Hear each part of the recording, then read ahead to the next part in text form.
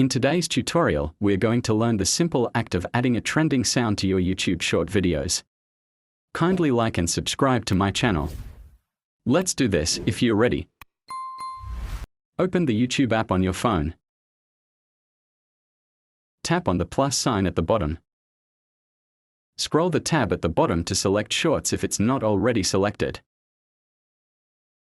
Tap on Add at the bottom left corner. Select the short clip you want to upload. Tap on Next at the bottom right corner. Tap on Done. Wait as it processes the short video. Tap on Add Sound at the top. Scroll down to locate the top sound area. All the options displayed are trending sounds, so select the one that fits the theme of your short video. I'll go for Kendrick Lamar's Not Like Us. Tap on the blue arrow to apply.